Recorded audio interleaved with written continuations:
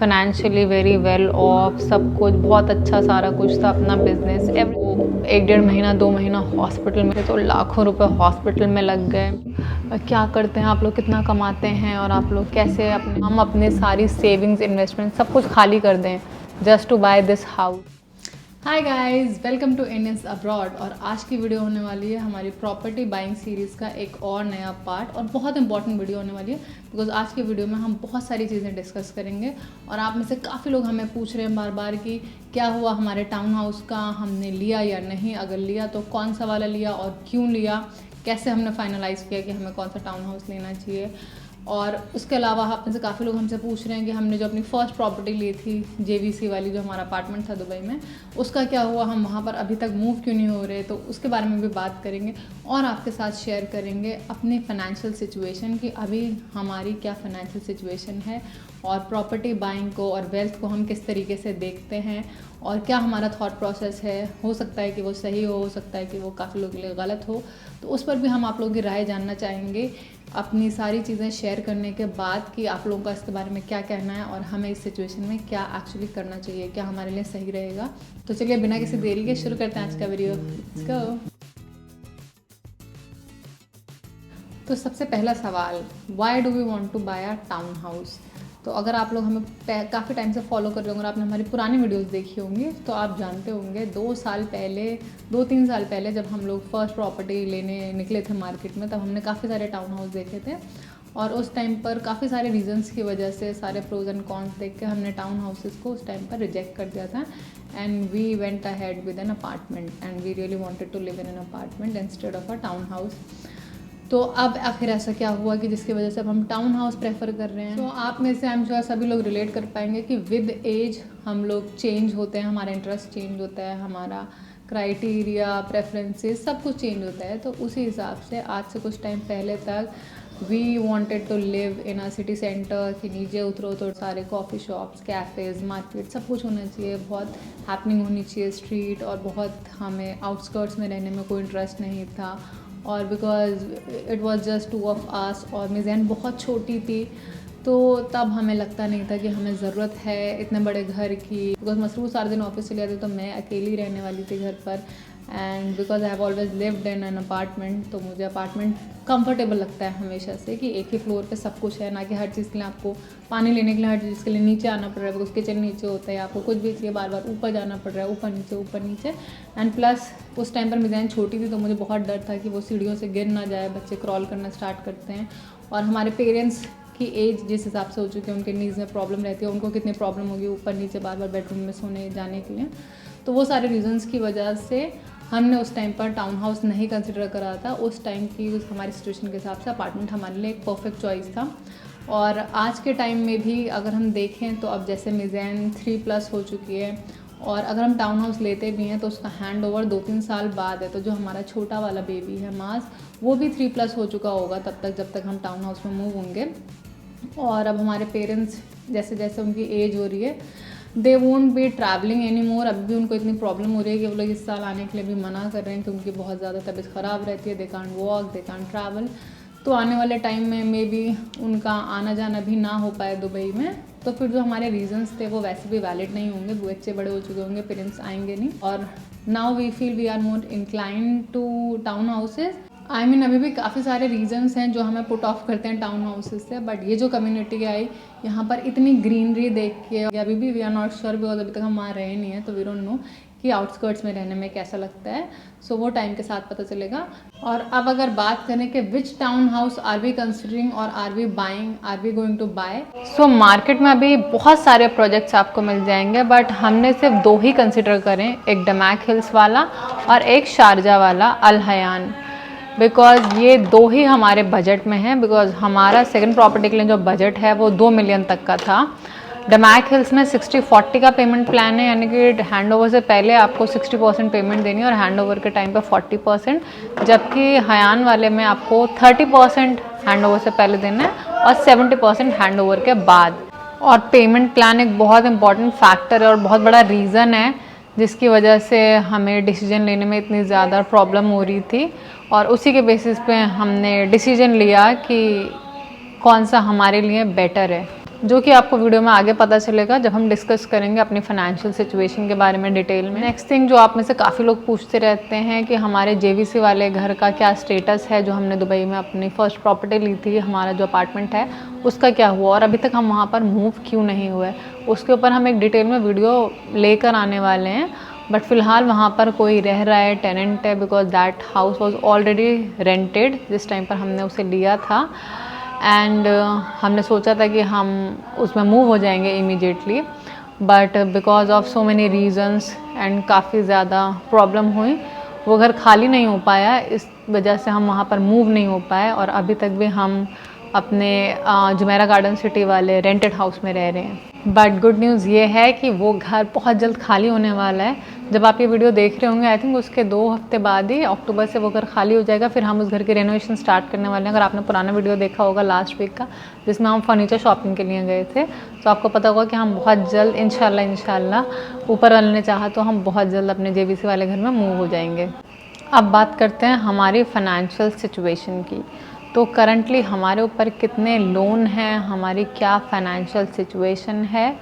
अगर आपने हमारी इससे पहले कॉस्ट ऑफ लिविंग वाली वीडियो देखी होगी तो आपको पता होगा कि हमारा मंथली जो एक्सपेंसेस हैं वो 25,000 दरम से 30,000 दरम हैं पर मंथ के। अगर नहीं देखिए तो उस वीडियो का लिंक मैं नीचे डिस्क्रिप्शन में डाल दूँगी, आप जाके वो ज़रूर देखें। और अभी तक जिसमें कि हमारे दोनों बच्चे स्कूल नहीं जाते हैं उसमें कोई स्कूल फ़ीस का एक्सपेंस नहीं है। बट ऑब्वियसली नेक्स्ट ईयर से और आने वाले सालों में हमारे एक्सपेंसेस और ज़्यादा बढ़ने वाले हैं क्योंकि बच्चे स्कूल जाना स्टार्ट कर देंगे। स्कूल फ़ीस, ट्रांसपोर्टेशन और स्कूल के साथ साथ बहुत सारे एडिशनल एक्सपेंसेस नेचुरली ऐड हो जाते हैं, तो ऑब्वियसली हमारी कॉस्ट ऑफ लिविंग और ज़्यादा हाई होने वाली है। और आप में से काफ़ी सारे लोग हमारी वीडियोस पे कमेंट करते हैं हमेशा कि आप लोग क्या करते हैं, आप लोग कितना कमाते हैं और आप लोग कैसे अपने फाइनेंसेस मैनेज कर पाते हैं दुबई में इस तरह का लाइफस्टाइल रखने के लिए, कैसे आप इतनी सारी कंट्रीज़ घूमते हैं और सारी चीज़ें करते हैं, तो कैसे ये सब चीज़ें पॉसिबल हो पाती हैं। तो हम लोगों ने शुरू से जब से हमारी शादी हुई है सिर्फ एक ही हमेशा हमने रूल फॉलो करा है, जो हमने अपने घर का सिस्टम बनाया था कि अगर घर में 2 इनकम आ रही हैं, 2 लोग कमाने वाले हैं, तो एक की इनकम से सारे एक्सपेंसेस कवर किए जाएंगे और दूसरी इनकम का 100% पूरा पार्ट सेव किया जाएगा। हमें अपने एक्सपेंसेस को इतना नहीं बढ़ाना कि भाई दूसरे के भी एक्सपेंसेस में जा रही है इनकम, तो जिससे कि हमारे पास एक बड़ा चंक सेव रहता है। तो जब भी हमें डाउन पेमेंट करनी है, कोई भी ऐसा बड़ा एक्सपेंस करना है, ट्रैवल करना है, तो वो पैसा हम वहाँ से यूज़ करते हैं, वहाँ से स्पेंड करते हैं। और अगर आपने हमारी पुरानी वीडियो देखी होगी तो आपको पता होगा कि हमने काफ़ी जगह पर ये बोला है कि हम लोग लोन्स लेने के बहुत ही अगेंस्ट हैं, उसके फेवर में नहीं हैं कि आपको किसी भी चीज़ के लिए लोन लेना पड़े। जैसे आजकल का जो माहौल है, लोग फर्नीचर, इलेक्ट्रॉनिक्स, मोबाइल, लैपटॉप से लेकर ज्वेलरी, हर चीज़ के लिए हर चीज़ लोन पर ही लेते हैं ईएमआई पे। हम लोगों को वो चीज़ सही नहीं लगती। अभी अगर करंट सिचुएशन की बात करी जाए तो अभी हमारे ऊपर सिर्फ 2 लोन हैं, एक हमारे जेवीसी वाले घर का जो हमने लिया था और एक जो मैंने मसरूर को गाड़ी गिफ्ट करी थी मर्सिडीज़ का वो। और ये भी हमने इस हिसाब से प्लान करा था कि हम जैसे अभी रेंटेड अपार्टमेंट में रहते हैं तो जो हम रेंट देते हैं उसकी जगह अगर हम अपना खुद का घर ले लेंगे तो रेंट की जगह हम ईएमआई देते रहेंगे, जिससे कि आने वाले 10-15 साल में हमारा अपना खुद का घर हो जाएगा, रादर कि हम इतने 10-15-20 साल तक वही पैसा रेंट में देते रहें, जिससे कि अल्टीमेटली हमें बाद में कुछ भी नहीं मिलने वाला। और गाड़ी की अगर बात की जाए, जैसे कि मैंने उस वीडियो में भी बताया था कि I already saved that money and I was going to buy it on cash, but गाड़ी कैश पर लेना या पूरी पेमेंट देकर लेना is not a good option, because गाड़ी की वैल्यू अप्रिशिएट नहीं होती है। तो आपने अभी नई गाड़ी खरीदी और आप कल उसको बेचने जाएंगे तो आपको उस जितने में आपने खरीदी होगी उससे कम ही प्राइस मिलेगा। तो इतना बड़ा अमाउंट गाड़ी में इन्वेस्ट करना जिससे आपको कोई रिटर्न ऑफ इन्वेस्टमेंट भी नहीं मिलेगा, कोई प्रॉफिट भी नहीं मिलेगा, लॉस ही होगा। तो वी थॉट कि हम उस पैसे को कहीं इन्वेस्ट कर देते हैं और वहाँ से जो रिटर्न आता है उससे हम गाड़ी की ईएमआई पे करते हैं। तो खुदा न खास्ता अल्लाह ना करे कल को कुछ भी ऐसा हो गया तो ऐसी कोई सिचुएशन नहीं होगी कि हमारे ऊपर कोई ऐसा लोन है जो हम नहीं चुका पाएंगे। अब बात करते हैं कि अगर हम ये टाउन हाउस लेते हैं तो हमें उसके लिए एक तीसरा लोन लेना पड़ेगा। अभी तक जो दोनों लोन हैं हमारे ऊपर वो हम बहुत कंफर्टेबली पे कर रहे हैं, जैसा मैंने एक्सप्लेन करा। बट अगर हम सेकंड प्रॉपर्टी लेने जाते हैं तो उसके लिए जो हमें लोन लेना पड़ेगा वो बहुत बड़ा फाइनेंशियल प्रेशर हमारे ऊपर बिल्ड कर देगा। एंड आई एम समवन, मतलब हम दोनों ही, कि हमें भले ही पैसा कम हो बट हमें स्ट्रेस फ्री लाइफ चाहिए, हमें रात को सुकून की नींद आ पाए, वो हमारे लिए बेटर है रादर कि हम 4-5 ऐसे लोन में घुसे हुए हों और हमें दिन रात टेंशन हो कि अगर कल को कुछ हो गया तो हम ये लोन कैसे चुका पाएंगे, ये कैसे करेंगे, वो कैसे करेंगे, मैनेज कैसे करेंगे अपने एक्सपेंसेस। बट क्योंकि अभी ये प्रोजेक्ट स्टार्ट हुआ है तो अभी जो उसका प्राइस है वो काफ़ी कम है, और जब ये रेडी हो जाएगा हैंड ओवर के बाद वी नो कि प्रॉपर्टीज़ की वैल्यू अप्रिशिएट होती है। जो पहले हमने डमैक हिल्स 2 वाले टाउन हाउसेज नहीं लिए थे उनकी वैल्यू आज काफ़ी ज़्यादा है, तो डमैक हिल्स में प्रॉपर्टी के प्राइसेस बहुत ज़्यादा अप्रिशिएट हुए हैं।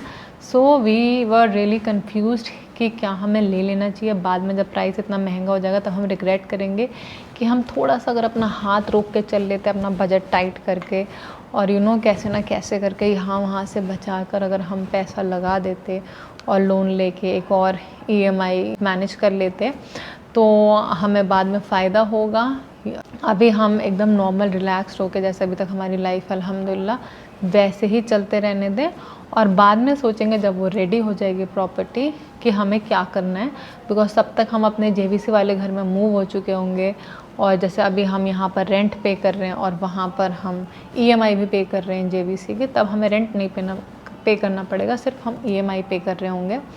तो maybe then we can think of investing money in the second house, second property. तो आप लोगों को क्या लगता है इसके बारे में कि क्या हमें अपना बजट टाइट कर और हाथ रोक के ऐसा कुछ करना चाहिए अरेंजमेंट कि हम एक और लोन, एक और EMI अपने एक्सपेंसेस में से निकाल पाएँ और हमें टाउन हाउस ले लेना चाहिए, या फिर हमें वेट करना चाहिए और हमें नेक्स्ट 3 इयर्स में पैसा थोड़ा थोड़ा करके जोड़ना चाहिए, और जो भी उसकी अप्रिशिएट हुई हुई वैल्यू है, भले उस टाइम पर महंगा मिलेगा तो उस टाइम की वैल्यू के हिसाब से तब लेना चाहिए।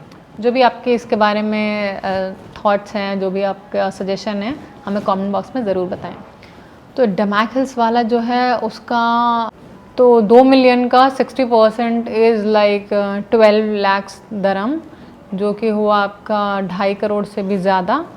तो उतना बड़ा अमाउंट सारा इसकी डाउन पेमेंट करने में हम लगा दें सारा पैसा, या फिर यू नो जो हमारी इन्वेस्टमेंट है जहाँ पर जो पैसा, बिकॉज वी डोंट वांट कि एक प्रॉपर्टी के चक्कर में हम अपनी सारी सेविंग्स, इन्वेस्टमेंट सब कुछ खाली कर दें just to buy this house.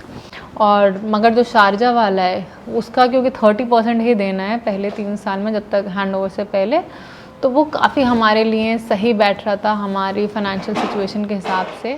But उसको लेने में सबसे बड़ा रिस्क यही है कि बिकॉज़ वो शारजा में है, उसकी वैल्यू अप्रिशिएट होगी या नहीं होगी। बिकॉज़ अगर हम ये सोचें कि हम बाद में उसको सेल कर देंगे और जो भी अप्रिशिएट हुई वैल्यू होगी उससे हम बाद में डमैक हिल्स का ले लेंगे, बिकॉज़ हम चाहकर भी शारजा मूव नहीं होना चाहते because of the traffic. Masroor का ऑफिस दुबई में है और रोज़ के 3-4 घंटे अपनी लाइफ के लगाना सिर्फ ट्रैवल में is not a good idea. अगर वो नहीं बिका लेने के बाद तो we will be in a very bad situation कि हम वहाँ मूव भी नहीं हो पाएंगे, वो बिक भी नहीं पाएगा। तो we don't want to take that chance. ये हमने JVC का जो घर लिया था अपने खुद के रहने के लिए लिया था, इन्वेस्टमेंट पर्पज़ के लिए नहीं लिया था। और जो हम टाउन हाउस लेने का कंसिडर कर रहे थे वो भी यही सोच के ले रहे थे कि हम उसमें रहेंगे। दुबई में तो हमें रहना ही है, दुबई में हमारा ऑफिस है, तो डमैक हिल्स में तो हम मूव हो सकते हैं बट शारजा में हम कभी मूव नहीं हो पाएंगे। 3 ऑप्शंस हैं। एक कि हमें ऊपर वाले का नाम लेके बिना सोचे अपने दिल पे हाथ रख के कि सब कुछ पॉजिटिव होगा, सब कुछ हो जाएगा, मैनेज हम कर लेंगे, उस थॉट प्रोसेस से हमें दूसरी प्रॉपर्टी अपनी जो टाउन हाउस है दुबई में वो ले लेना चाहिए।